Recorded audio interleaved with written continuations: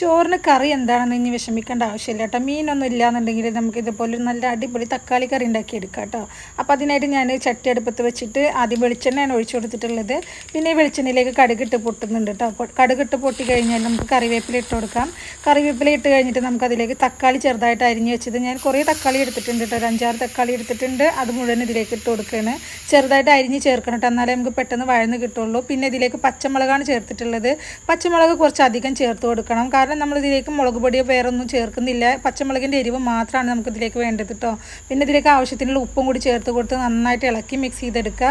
എന്നിട്ട് നമുക്കിതൊന്ന് അടച്ച് വെച്ചിട്ട് വേവിച്ചെടുക്കണം കേട്ടോ. അപ്പോൾ നന്നായിട്ട് അടച്ച് വെച്ച് ചെറിയ തീയിലിട്ടിട്ട് നന്നായിട്ട് വേവിച്ചെടുക്കണം. തക്കാളി നന്നായിട്ട് വെന്തുടഞ്ഞ് വരണം കേട്ടോ.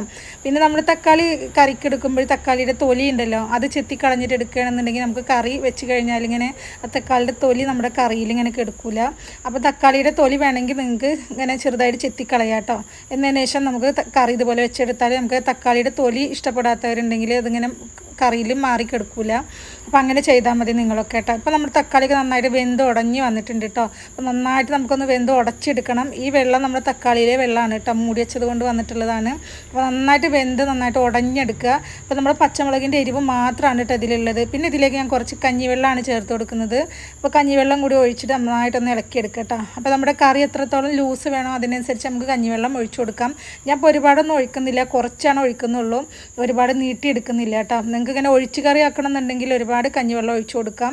എന്നിട്ട് നന്നായിട്ടൊന്ന് മിക്സ് ചെയ്തെടുക്കുക. കഞ്ഞിവെള്ളം ഇല്ലെങ്കിലും വിഷമിക്കേണ്ട, ചൂടുവെള്ളം ഒഴിച്ചു കൊടുത്താലും മതി കേട്ടോ. എന്നിട്ട് നന്നായിട്ട് മിക്സ് ചെയ്തെടുക്കുക. എന്നിട്ട് ഒന്നുകൂടി മൂടി വെച്ചിട്ട് 5 മിനിറ്റ് ഒന്ന് നന്നായിട്ട് തിളപ്പിച്ചെടുക്കുക കേട്ടോ. അപ്പോൾ നന്നായി തിളപ്പിച്ച് വന്നിട്ടുണ്ട്.